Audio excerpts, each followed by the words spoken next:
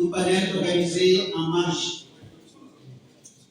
Ces eaux de surface aujourd'hui qui constituent une problématique parce que dans la plupart il y a certains plans d'eau aujourd'hui d'où l'écoulement n'est plus pérenne. Donc notre objectif majeur, c'est de favoriser la pérennité de cet écoulement à travers des aménagements que nous faisons sur ces plans d'eau, mais aussi sur des bassins qui se sont fossilisés actuellement avec l'aridification, avec les phénomènes climatiques. L'eau ne coule plus dans ces zones-là, dans ces bassins versants. Donc, ce que nous avons comme projet sur l'ensemble du territoire national, c'est surtout valoriser ces eaux de surface, mais aussi favoriser des transferts d'eau des zones excédentaires vers les zones déficitaires pour un peu booster le développement économique des zones de terroir. Donc, quand on parle des zones de terroir, où les activités essentielles qui s'y déroulent, c'est l'agriculture, c'est l'élevage, c'est la pêche. Donc, avec la disponibilité de la ressource en eau, ces activités peuvent se développer.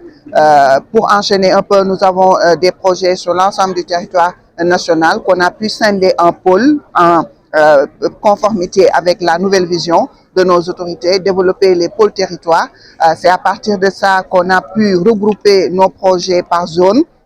Là, actuellement, on met en œuvre dans la zone centre qui polarise 3 régions, Kaolack, Kaffrine et Fatick. On met en œuvre le Promoren, le projet de mobilisation des ressources en eau du Nanisha Bolon. Juste pour vous donner un exemple sur la contribution de l'OLAC à la souveraineté alimentaire, ce projet permet de mobiliser 46,6 millions de mètres cubes d'eau et la mise en valeur possible en terres agricoles, c'est 12 000 hectares en double culture. Donc, ceci permet de développer l'agriculture, un peu de favoriser la diversification des spéculations et un peu d'atteindre cette souveraineté alimentaire. Là, c'est juste un exemple dans la zone centre et c'est ces réalisations-là que l'on fait sur l'ensemble du territoire national pour favoriser un peu le développement des activités du secteur primaire. Justement, vous avez été interpellé par rapport aux intempéries et aux inondations. Vous avez fait référence à la DPGI. Les inondations, la contribution de l'OLAC dans la gestion des inondations, surtout c'est au niveau des bassins versants. Parce que dans nos missions, il y a l'aménagement des eaux, des petits bassins versants, des bassins versants de ruissellement.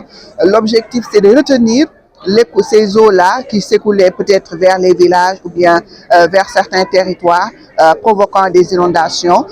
S'il y a des zones d'exutoire, on essaie de faire des aménagements de surcreusement pour recueillir toutes ces eaux.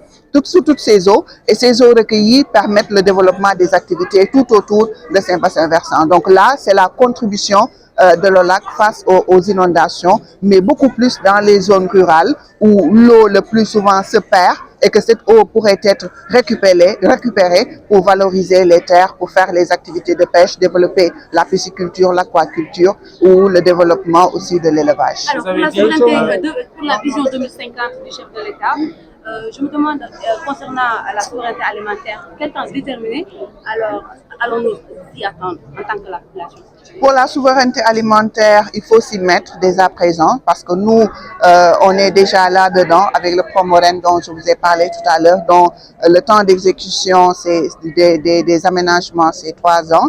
Donc d'ici 3 ans, après la réalisation de tous les travaux, on peut parler un peu de la mise en eau du Nanisha Bolon. Donc quand il y a mise en eau, là on peut aller vers le développement de l'agriculture. Donc pour aller vers cette souveraineté alimentaire, on peut le faire à court terme. Il y a des étapes que l'on doit franchir avec toutes les structures concernées. Parce que ce n'est pas seulement l'Office des lacs et cours d'eau. Nous mobilisons la ressource en eau, mais derrière, il y a le ministère de l'Agriculture qui accompagne les agriculteurs sur les aménagements des terres. Donc là, c'est leur cœur de métier au niveau du ministère de l'Agriculture pour l'aménagement des terres, mais aussi favoriser le développement des spéculations avec la disponibilité des intrants et autres. Nous, notre mission, on va mobiliser les ressources en eau nécessaires dans nos projets. Tout à l'heure, je l'ai présenté. C'est plus de 5 milliards de mètres cubes d'eau que l'on va mobiliser. La sécurisation de la plus grande réserve d'eau douce qui est le lac de Guerre. On va pouvoir sécuriser plus de 2,5 milliards de mètres cubes.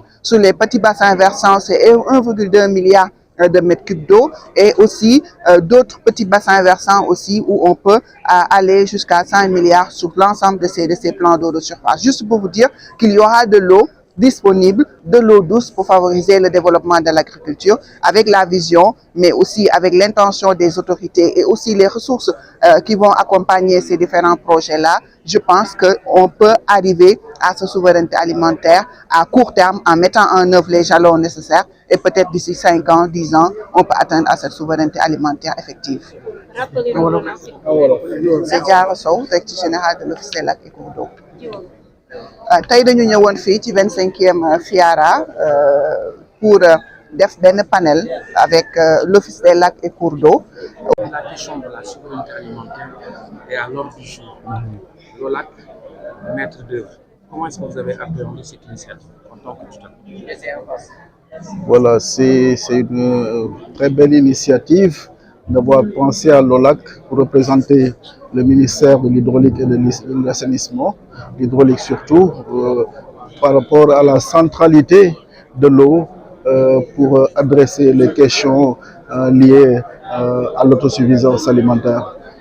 Nul n'est sans savoir que l'eau est fondamentale pour aboutir à cette autosuffisance alimentaire, parce qu'étant l'intrant majeur pour pouvoir développer toutes les activités liées à cela. Alors, monsieur le ministre de l'hydraulique, votre auditeur est revenu sur l'importance de ce grand projet, le grand transfert. Est-ce que vous pouvez revenir sur ce point-là? Voilà, c'est un projet hautement structurant qui est le grand transfert qui va partir de l'eau de surface du lac de Guiers pour alimenter un pan important du territoire national. Et voilà, ça sera une eau pour la boisson, une eau productive, une eau multifonction pour satisfaire véritablement aux demandes vitaux des populations.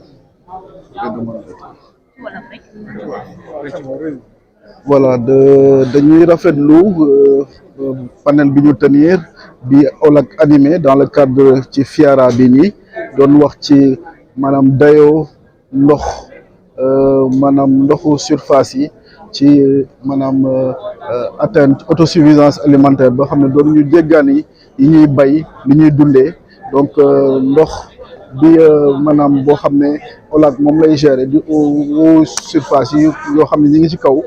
Donc loolu lu am solo la ci mën a développer lépp loo xam ne dinañu permettre ñu atteindre ñu egg ci moom suñu bopp ci gàncax gi ak ci lépp loo xam ne loolu la ñuy dundee ba dina maanaam favoriser di suñuy koom-koom ba dootuñu jéggaani di boo xam ne loolu dafa gaawal ci développement wu réew.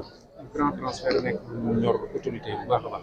waaw grand transfert dafa nekk ci projet yoo xam ne projet yi ñu naan structurant boo xam ne dafa dayo bi dafa am solo parce que buñ ko réussir te incha allah dinañ ko réussir parce que l'engagement bi ngi fi, les moyens sont mobilisés, l'expertise bi ngi fi boobu day satisfaire maanaam lu bëri ci wàllu économie loo xam ne ci dundinu doomu aadama loo xam ne day tourner ci ndox mooy ndox bi ñuy naan ndox bi ñuy bayee bi ñuy nappee ak voilà reverdir tamit suñu kii yi ba écosystème bi dëgëratul ko donc grand transfert bi ak yeneen projet yoo xam ne yu ni mel yoo xam ne ñu ngi koy adressé ci wàllu OLAC yoo xam ne concerné yeneen zone yooyu yëpp buñ ko boolee day tax maanaam Sénégal moom boppam ci wàllu loo xam ne li ñuy dundee di ko bay di ko produire ba ñu am ci lu doy loo xam ne dina matal dundinu askan bi te loolu mooy le développement di commencer. Amadou Amadou Salmon Fall, directeur de cabinet.